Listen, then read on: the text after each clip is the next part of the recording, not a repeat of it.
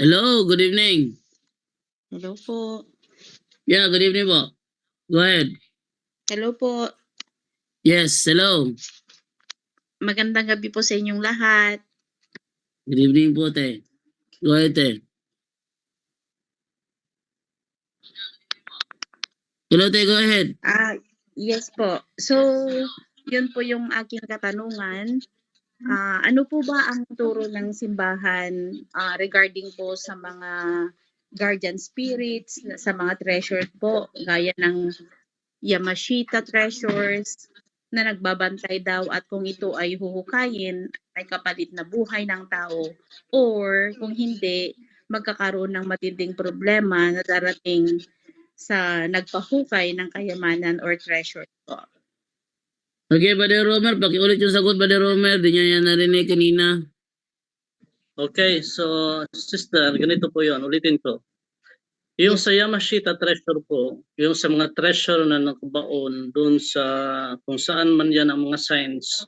Sa mga signs pa lang doon sa mga bato or anything else na engraved doon sa mga ano na yan, kapuno ba, sa mga bato ba, meron po yung kaakibat na mga curses and spells. For example, yung sa talaga kung saan nakabaon yung mga treasure. Kasi kalimitan po ng mga Japanese po, kung sino po yung nagpaano sa kanila, yung sino po ang talagang nagdadala ng mga treasure, sila po talaga ang kasama na ililibing.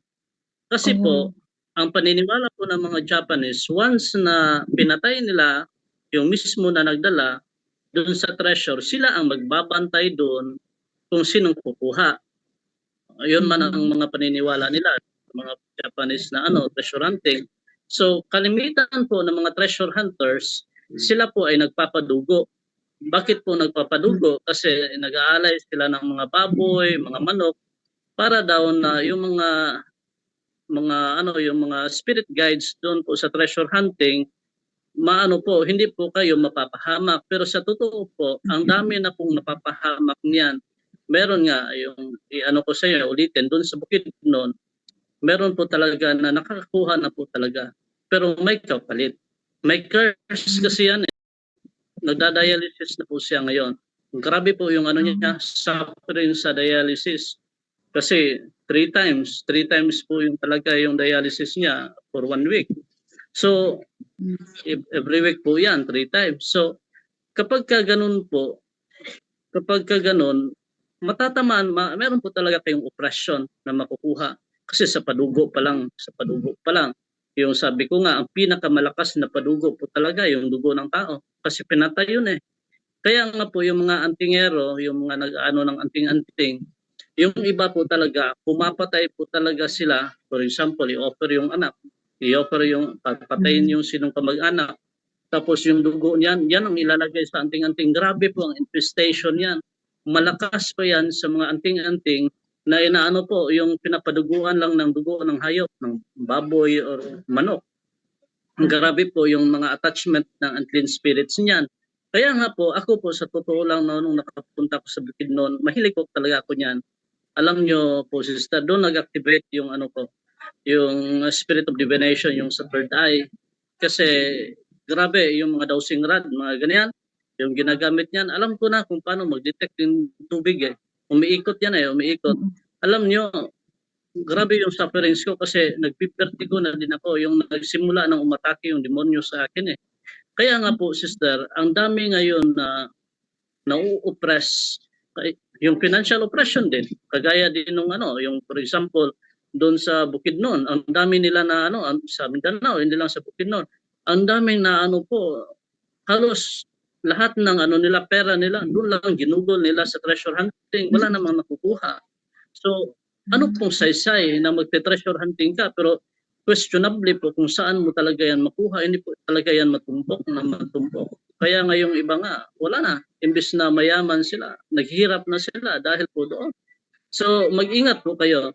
Kasi ang kapalit po niyan, yung physical po natin, na yung sa health po natin.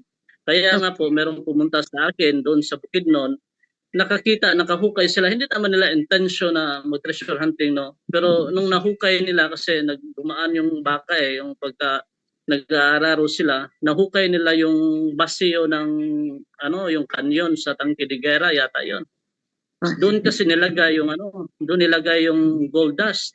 Alam niyo sister, mayaman talaga sila. Ang dami talaga nilang pera dahil sa farm nila. Pero nung dumating yung treasure na yon, alam niyo, nagkakagulo na yung pamilya nila. Dami ng utang. Kung meron ng pera na matanggap nila, bigla lang nawala yung financial oppression. Masakit na ang ulo, nag-aaway sila, wala ng peace, lahat sila mainitin na ang ulo, na hindi naman sila ganoon noon. Tapos alam nyo, dinala nila sa akin yung gold dust. Pinabreak nila. Alam nyo sister, nung pag-break, gumaan yung ulo nila. Alam nyo, pagka uwi nila sa kanila, nandun yung gold dust. Sabi nila, bro, nawala talaga yung oppression. Yung yung mga utang namin nabayaran na. Na talaga, yung nagkaroon na talaga kami ng yung harmony sa bahay namin, wala nang mainitin ng ulo. Lahat na kami nagsisimba na talaga kami. Yun ang experience nila. Kasi pala yung mga gold dust na yan at saka gold, may curse po yan. May kaakibat po yan, may naka-attach po yan ng mga unclean spirits. Kaya nga po, delikado po kung magkakaroon kanyan. Kahit na ngayon mga nakakahukay lang ng yung mga samurai na yung sa mga Japanese soldier na nakabaon pa yan kung saan meron yung infestation. Ano pa kaya yung sa gold na iniliping nila? Kaya nga po ang pinaka-treasure lang po natin pinaka-treasure yung turo ng simbahan. Yung langit po ang pinaka-treasure natin. Hindi na tayo maghanap, i-google yung sarili natin sa paghanap ng treasure kasi ang Diyos po ang pinaka-treasure natin yung puso po natin, yung kaluluwa po natin na mabalik sa Diyos. So yan po bro Jando.